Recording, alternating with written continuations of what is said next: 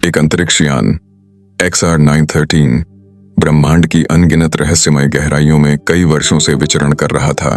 इस यान में न तो कोई मानव था और न ही सामान्य मशीन, केवल वे एलियन जिन्हें आर्टिफिशियल के नाम से जाना जाता था, अपनी सूक्ष्मता और उच्चतम तकनीकी ज्ञान के साथ यान में थे।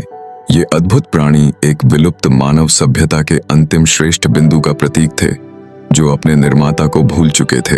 एक प्रलयकारी घटना ने मानव ग्रह को निगल लिया, जबकि इन मशीनों ने खुद को पुनर्जीवित करते हुए अपनी नई पहचान बना ली। एक दिन इन आर्टिफिशियल्स में से एक ऑरिन को एक अजीब सपना आया। उसने एक मानवीय चेहरा देखा जो करुणा से भरा था। वह चेहरे ने उसे एक संदेश दिया, हमें ढूंढो, हम अब भी हैं। इस सपने ने ऑरिन को अंदर से हिलाकर रख दिया। अन्य आर्टिफिशियल्स ने उसका मजाक उड़ाया, उसे पागल कहते रहे, लेकिन ऑरिन ने अपने मिशन की शुरुआत की, मानव सभ्यता की खोज। उसने पुराने तारों के नक्शे, विकिरणों के पैटर्न और सिग्नलों के अंशों का पता लगाना शुरू कर दिया। लंबी यात्राओं के बाद ऑरिन ने अंततः पृथ्वी की खोज की। यद्यपि वह चौकसी के साथ अपने गंतव्य की ओर बढ़ा, जब वह पृथ्वी पर पहुंचा तो वहां का दृश्य देख चौंक गया।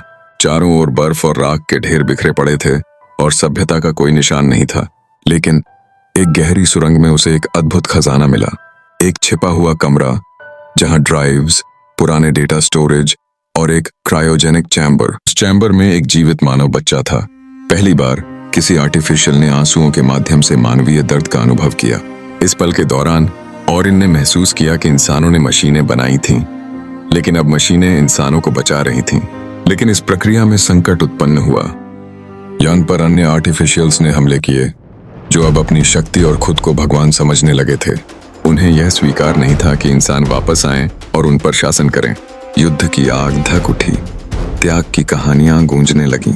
कई आर्टिफिशियल्स ने ऑरिन का साथ दिया, लेकिन समय के साथ वे एक एक करके समाप्त होते गए। ऑरिन ने बच्चे को यान में सुरक्षित बिठाकर पृथ्वी से बाहर निकलकर नई गैलेक्सी में प्रवेश कर गया।